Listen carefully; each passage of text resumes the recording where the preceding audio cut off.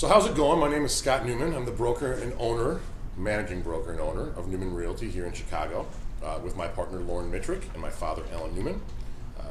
As of the date and time of this video, we are one of the top 10 producing teams in all of Chicago. We specialize in a number of different things, and all those things we excel in. Short sales, foreclosures, rentals, the high-end luxury market, the regular old retail stuff. We do a ton of work in the suburbs, the city, really anywhere in the greater Chicagoland area, and that's what really makes us unique. This is a young office, it's an animated office, it's high tech, high energy, lots of synergy going on. And as you can imagine, if you had a camera in here for even a couple minutes, I'm sure you'd catch plenty of TV-worthy moments. Now for the questions you wanted me to address. What is your support system like in your life, and how is your family important to you? Family is one of the most important things to me in the world. I currently live with my girlfriend, Julie Park. We actually are just getting our first new addition to our family, which is a new puppy, which we're picking up today. I'm extremely close with my parents. My father is my business partner, if that doesn't say enough. I see my family every single day. My sister, my cousins all live downtown, and we are just like best friends. Literally every day I'm seeing my family. And as far as support system, they've been unbelievably supportive of me since the first day I can remember of my life.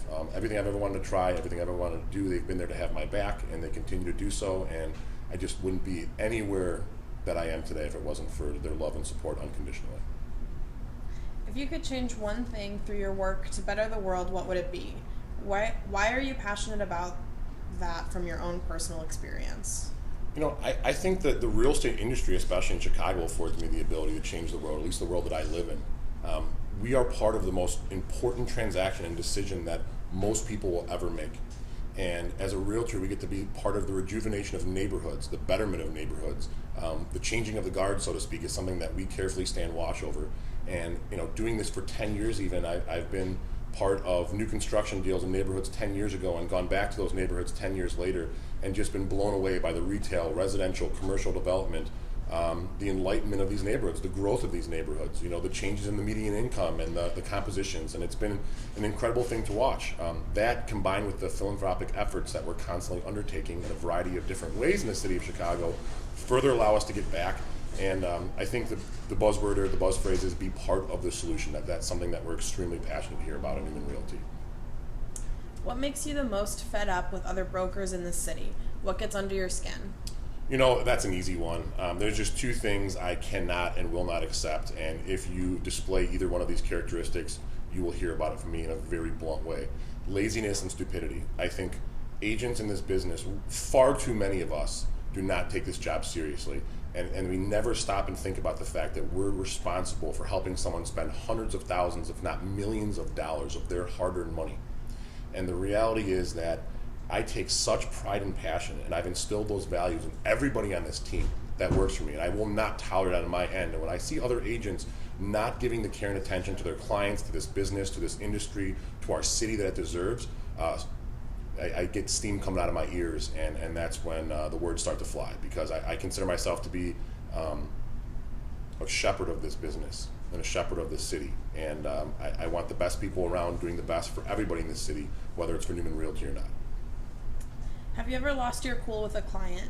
Who is the most demanding client you've ever had, and can you give an example? Oh God, I could sit here all day and fill up the entire memory on this phone.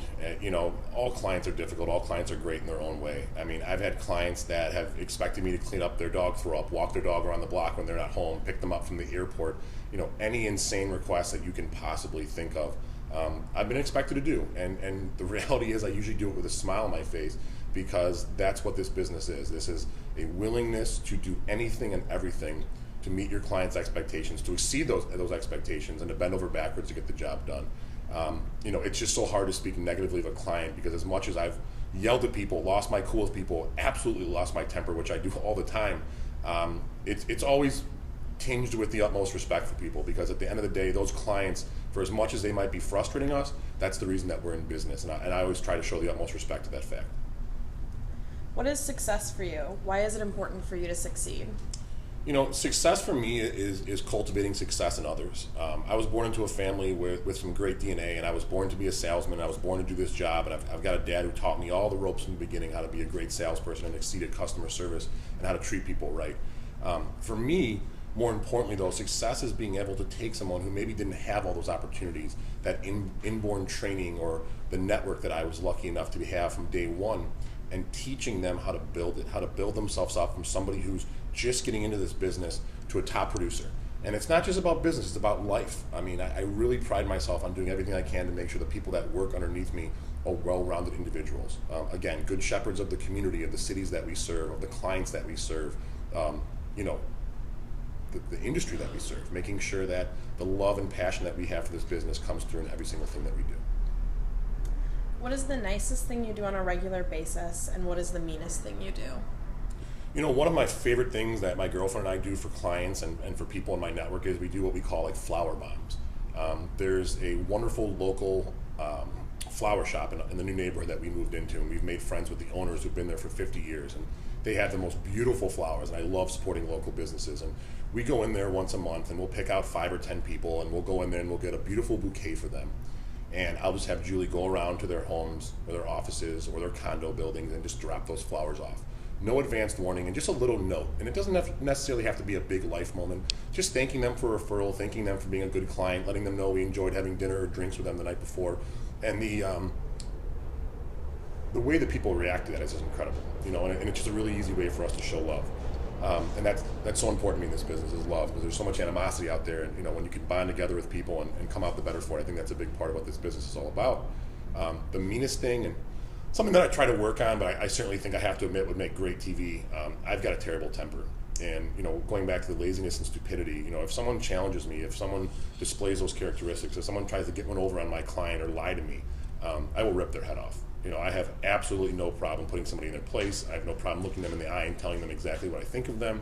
And I really am an advocate for this business and this city. And as much as I wish I could work on it, and I am, the meanest thing I do, and I do it routinely, is just absolutely let people have it. And as much as it's usually justified and funny, to be totally honest with you, it is something I'd like to improve upon. But let's face it, it makes for great TV. What are some of your strongest opinions about your industry, and why do you feel so strongly about it? You know, I'm a huge advocate for education and standards. I was one of the first ones as an active member of the Chicago Association of Realtors to stand up and say, I think we should be charging our members more to be part of the association. Let's get the riffraff out. I was also a big champion of increasing the standards exponentially in order to get a license and to remain licensed in terms of continuing education. I think the standards for getting into this business are too low.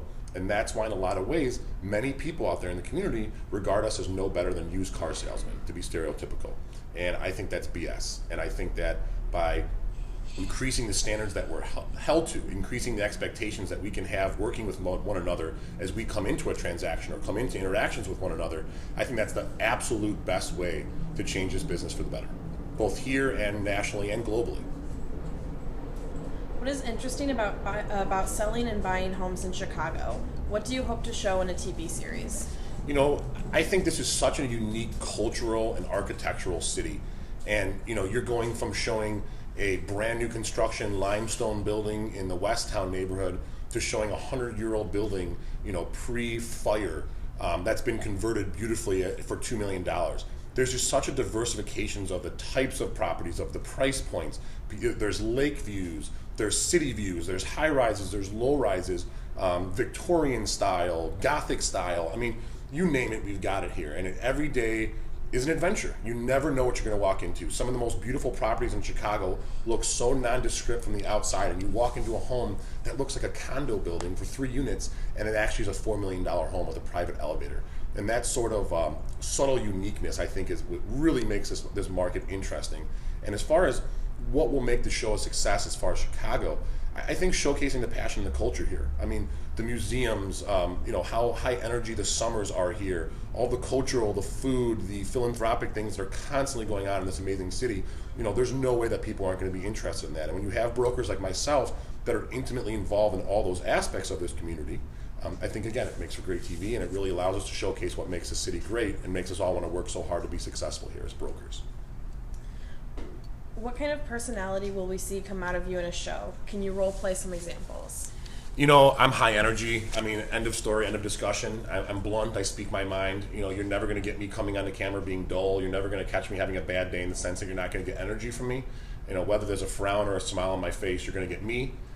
every day, all day. And I have no problem being honest, and I speak my mind. And like I said, several times in this video, if I don't like what someone's doing, you're going to hear about it. When my staff isn't meeting my expectations, they're going to hear about it. And I have no problem bringing it up, no problem making sure that my thoughts and wishes and expectations are known.